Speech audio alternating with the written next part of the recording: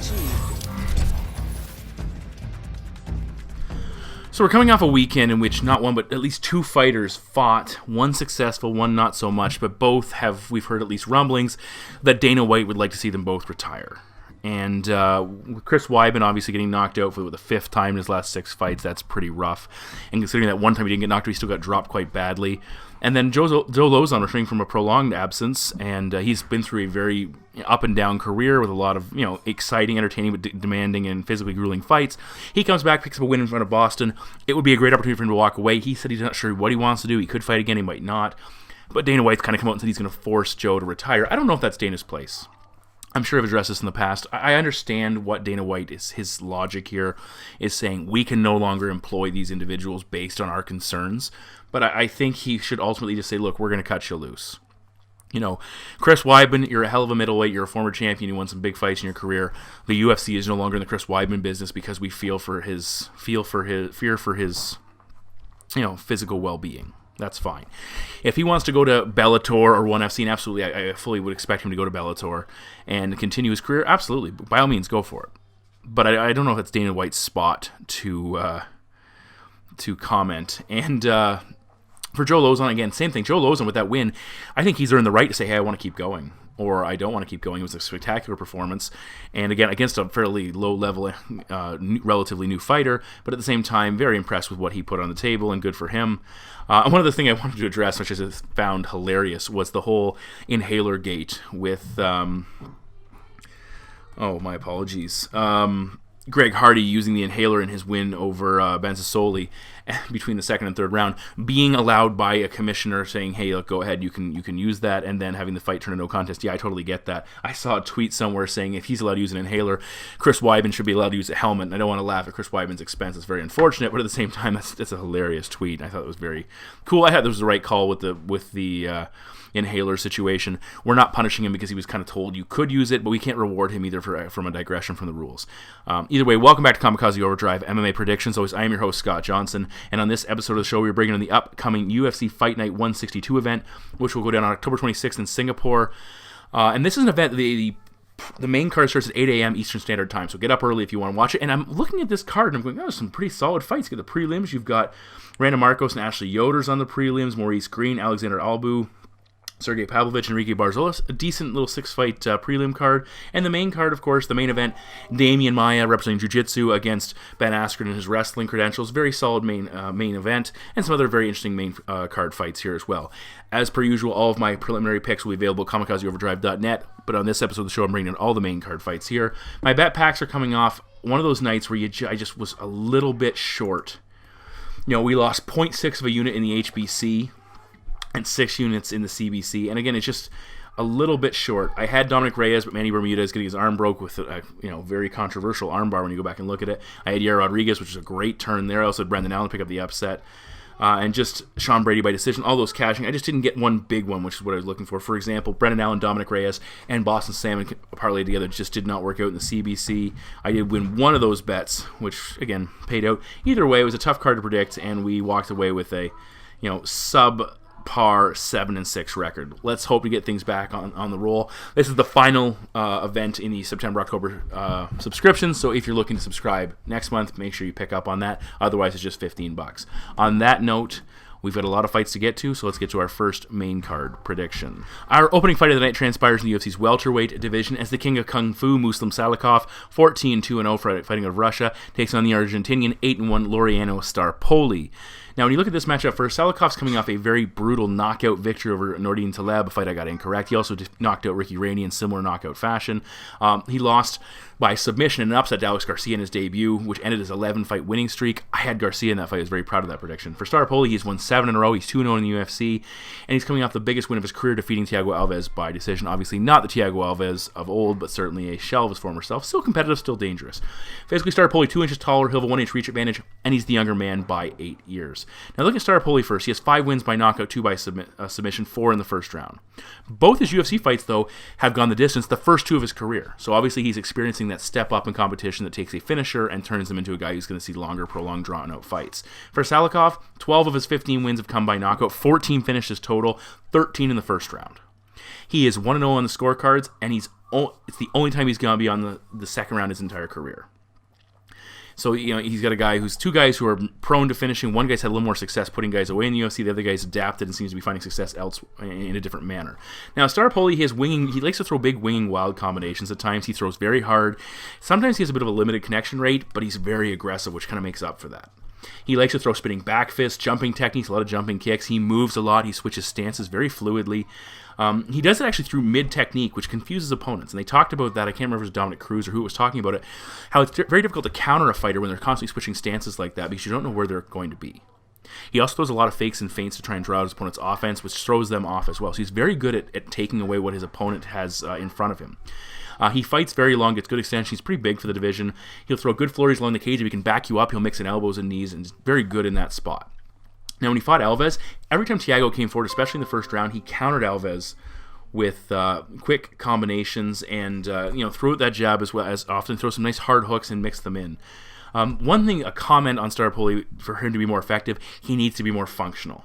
Almost like a Paul Felder type situation. He has a very low connection rate at times, and it could be a very issue against a more active conventional striker who's going to go through and put combinations on you, land low kicks, and just pile up the very straightforward offensive techniques. There's also the issue of energy conservation. He throws those big moves, they don't equate to big results, and as a result, they pull you down a little bit and make it difficult for you to perform as the fight advances on. Now, look at the King of Kung Fu, he's just that. Salikhov throws a lot of different techniques, a lot of spinning attacks, not a super active fighter, very methodical and plotting in his offense. He has that high percentage of early knockouts, which means he hasn't had to flesh out his offense. When you get guys out of there so frequently, so quickly, you sometimes become a little stagnant of a fighter, but hey, if you're doing it, it's effective, keep doing it. Against Talib, Nordin Taleb, he was throwing some early low lead leg kicks, which were very effective, attacking that lead leg. He's got power in his right hand, which ultimately he put Taleb down with that big shot.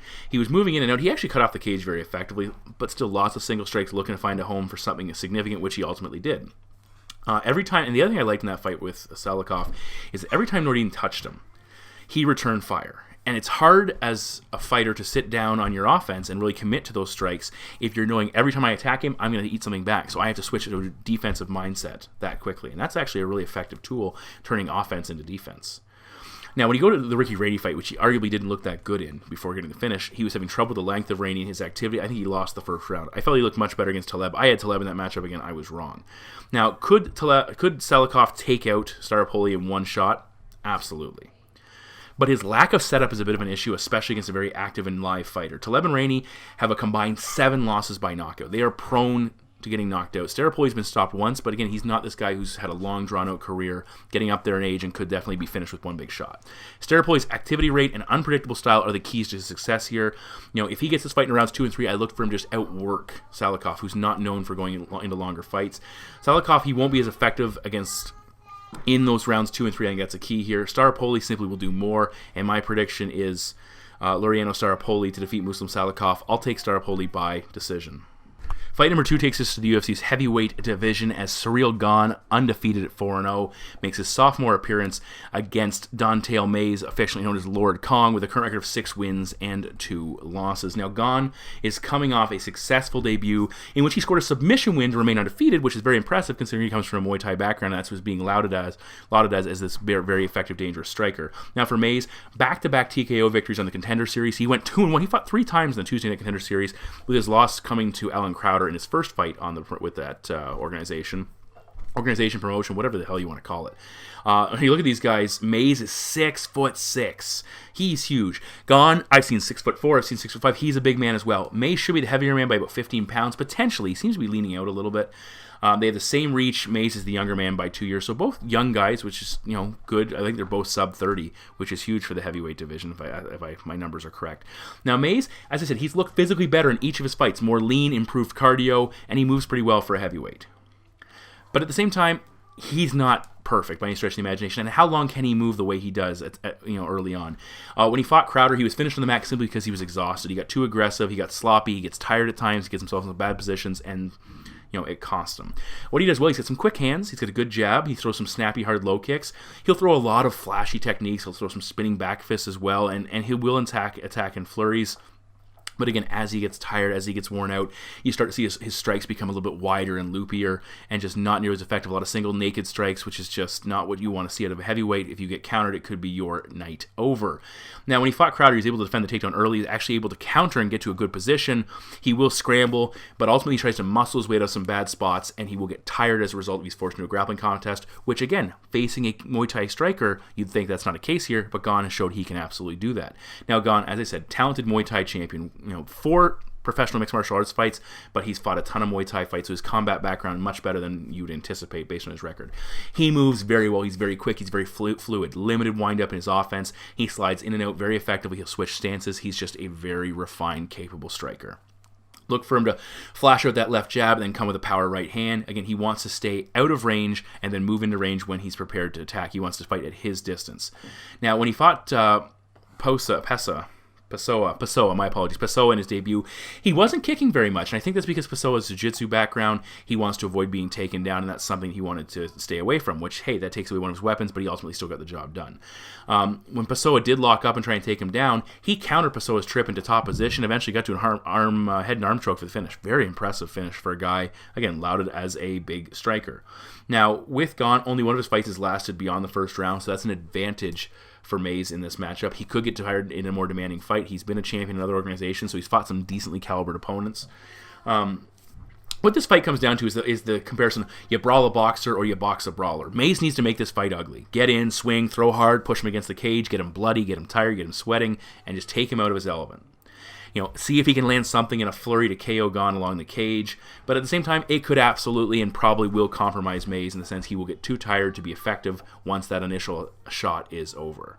Gane is very good at range. He needs to keep it technical, punish his foe every time he moves forward, and wear him out. Overall, Gane is the better fighter, and I think Mays will slow down. I don't think Mays will do well with the travel factor. Gane's a little bit closer, having fought in Europe. And he's probably done some traveling with Muay Thai. I think Mays is kind of a new experience for him.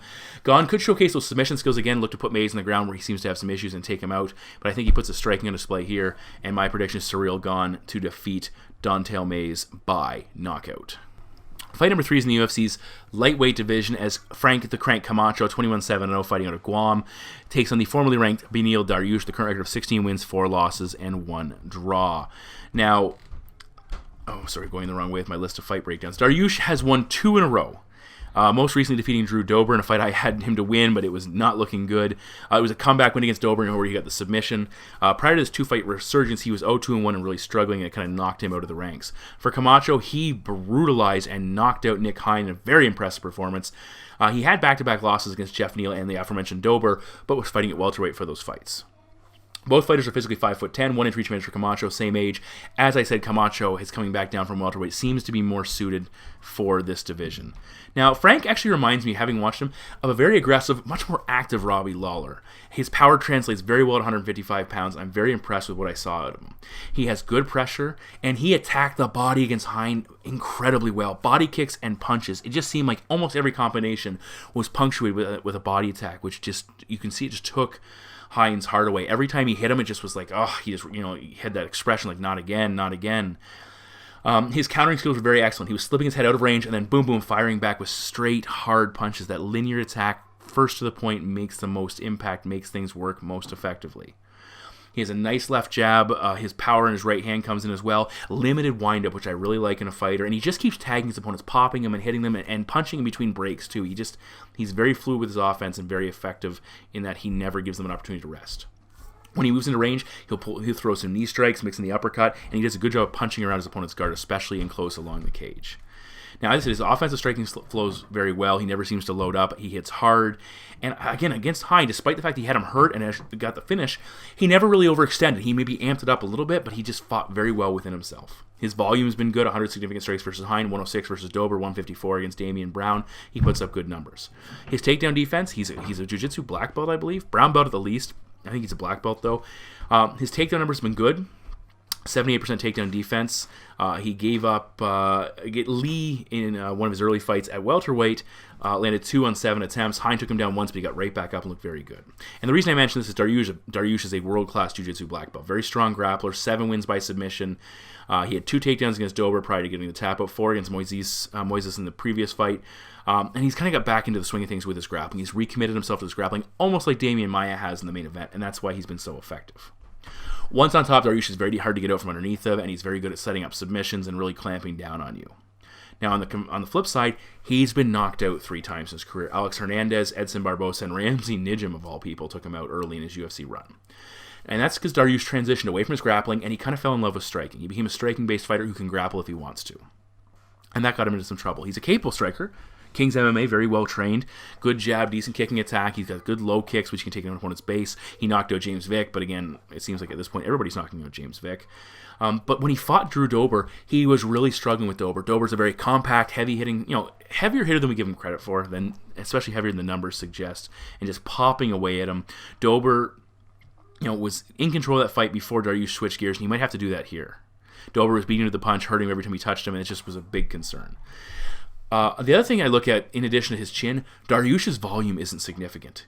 He usually between that 45 and 60 significant strike range. His best fight was an 81 significant strike performance. Those aren't good enough numbers against a guy who's going to put up 100 significant strikes, if that is how this fight plays out.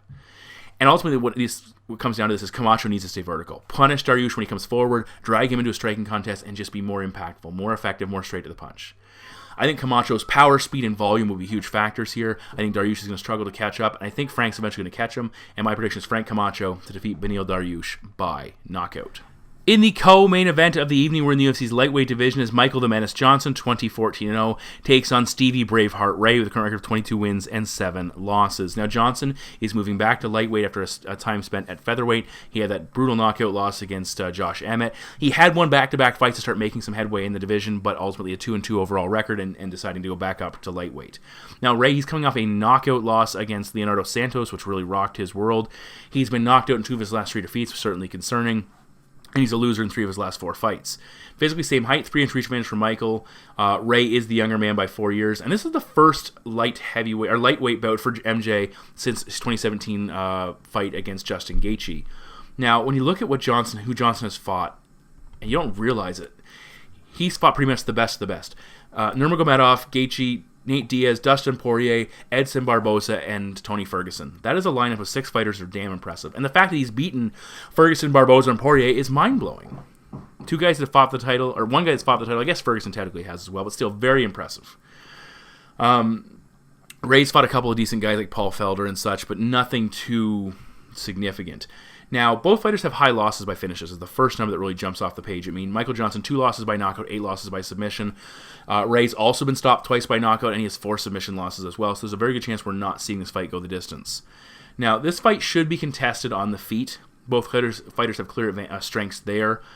They have good punching power. Johnson, 8 wins by knockout. Ray has 6. Now, Stevie Ray does have 8 submission wins, but the majority of them came very much early in his career. He's fighting the regional scene in the UK and around that area where he could find an advantage. I don't anticipate he's going to shoot in and try and take MJ down. That could be very difficult for him. Overall, the edge lies with Johnson in that he averages almost 1 more significant strike per minute than Stevie Ray. He does get hit more, but I think overall I like what I see out of his reach, out of his speed. I think there's an edge there. Johnson is very aggressive. He likes to push a solid pace, and he strikes very long. He has a tendency to slow down a little bit, which is concerning. Ray, though, sits back and tries to counter-strike. And if he can land and hurt you, that works very well. But it seems like his style has been figured out a little bit, and it's not nearly as effective if you push the pace, you get in his face, and you don't allow him to really set up those counter-strikes. Takedowns have also been a major issue for Ray. He was dominated early in the fight by Joe Lozon. He gave up 2 takedowns against Cage and Johnson, 5 against Alan Patrick. And Michael Johnson can wrestle. He usually doesn't, but we could see him go that route. We could see him. He usually uses it in reverse to stay vertical. He landed 1 against Lobov, 1 against Gaethje, but he could look to do that here against a fighter that he knows is vulnerable, that he knows he can have success in that situation, especially in a close fight.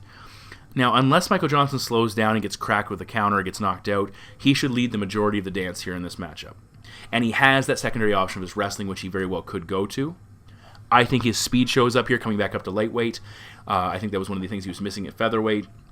Look for him to use that long jab and just continue to pepper away at Stevie Ray and kind of work around the outside. While we do have high finish numbers on both sides, I think this is a fairly good matchup. I think Johnson just does more, and my prediction is Michael Johnson to defeat Stevie Ray by decision.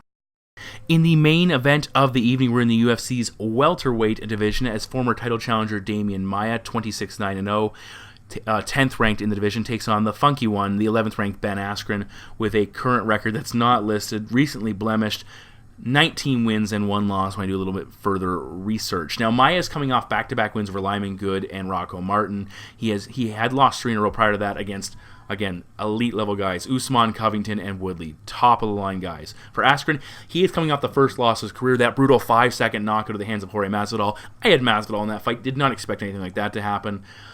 He's had really minimal success. Despite the fact he's 1-1 in the octagon, he's had very minimal success going to the UFC, spending the majority of his first fight getting the shit kicked out of by Robbie Lawler. I had Lawler in that matchup before eventually getting the fight, getting the position to win that matchup.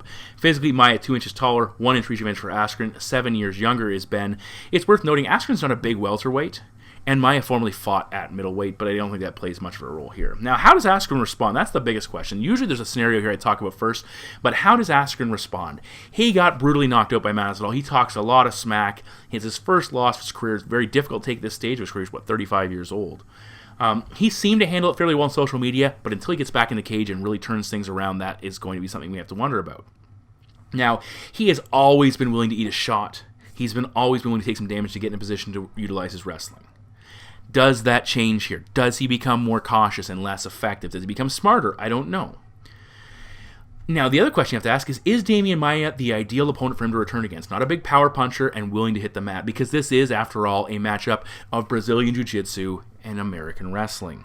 Two very, very interesting styles that clash together. And I would say one has had a perceived advantage in recent years, which I would lean towards wrestling. We'll see if that plays out here. Now, Maia, when you look at his little losing streak he had there, Covington, Woodley, Usman, all wrestlers. Does that indicate he's going to lose here? I don't necessarily think so. The big difference is that Maia could have a perceived striking advantage here. He hurt Colby Covington when they were squaring off. He ultimately could be the better striker, as Askren just isn't a great striker, and he's willing to eat shots, which makes Maia that much more effective. Could Maia get his first knockout? That's possible. Askren is just, he pushes forward and eats offense, and Maia could absolutely knock him out, or we could see that scenario where Maia rocks him on the feet, and Askren's in no position to defend himself when they hit the ground and gets submitted. Now, the one thing I would look at here is that Askren, he may try to grind Demian into the cage and get him in a position where the first round he's zapping his energy, establish control on the floor as the fight advances. But Maia in the clinch is very strong, and he's very good at rotating to his opponent's back and getting in that position where he can finish it. And if he gets Askren in a position he's not familiar with as a wrestler, he's going to be out of his element and he's going to struggle. Askren cannot afford to give up any positions in thinking he can power out of it or technique his way out of it, because Maia will capitalize. Now, when you look at what Maia has faced recently as far as takedowns, he's given up a couple of single takedowns. Gunnar Nelson, Jake Shields, Alexander Yakovlev all took him down once. Not a big deal. You have to go all the way back to 2011 at middleweight when he fought Mark Munoz, who took him down 3 times. That's the only time a fighter has come into a fight and taken Maia down more than once. And he did it with 3 takedowns. And the reason Munoz could do it is Munoz had that Donkey Kong-style ground and pound where it's like he gets you down and he makes you pay for it. And he was able to survive some submissions and make Demian Maia pay for being on the ground. Now, does Askren have that ground and pound? No, but he's got that pace, that work ethic, which could lead him to a similar performance. Askren could change this don't take Demian Maia down mentality. Look for takedowns, top control, and grind him out. Maia will work off his back, look for attacks and sweeps, certainly something he's capable of. But once this fight advances beyond the midway mark of round 2, you're going to see Maia start to slow down, and that's going to be an issue. Askren's fought 3 times in Singapore. He certainly has home field advantage here. When he fought in 1FC, he has home field advantage here. This is new to Maia, which could impact his performance, especially the early morning. I think the cardio edge absolutely lies with the American. If he can get through the first 2 rounds, I think Maia's going to absolutely slow down and be far less effective. He'll be more willing to go to his back, give up top position, and not be able to pull off those sweeps and attack with submissions. That'll be a major concern and a major advantage for Ben Askren. There is some concern for Askren early with Maia being able to attack him with submissions when he's dry and they're fresh, or hurt him on the feet and maybe lead to a submission, or even possibly knock him out. You never know. What I like here is the wrestling, the positional advantage, and the cardio over the jiu-jitsu, and a striking advantage that's based on not being a great striker, just being a better striker than your opponent. Askren, I think, could stop Maia with ground and pound. in rounds 4 and 5, if Maia is exhausted and Askren could just keep working away, he could stop him with ground and pound. I think Maia will survive. We'll see Ben be very cautious at times and just be very mindful, fight a smart fight, not looking to replicate any issues he's had in previous fights. I go back to when Jake Shields fought Demian Maia and had the major issues with positional control. I think we see something similar here, and my prediction is Ben Askren to defeat Demian Maia by decision. So those are my 5 main card predictions for UFC Singapore or UFC Fight Night 162. All of my preliminary picks, 6 in total, will be available at kamikazeoverdrive.net, so please check that out. You can follow me on Twitter at KO_predictions. I'll be posting a bet pack as well. I'm going to try and get things done as quickly as possible. I've got a lot of stuff going on this week, so it's a very busy week. And one big baseball tournament left that's going to go on this Saturday I'm very much looking forward to. I'm going to have to watch these fights after the fact, so I probably won't be very active on social media starting Saturday morning. Nonetheless, thank you very much for tuning in as always, guys. I greatly appreciate it. And I will talk to you. We'll see you soon. We got another big fight coming up. Some big matchups to end the year. Take care, guys. Hi.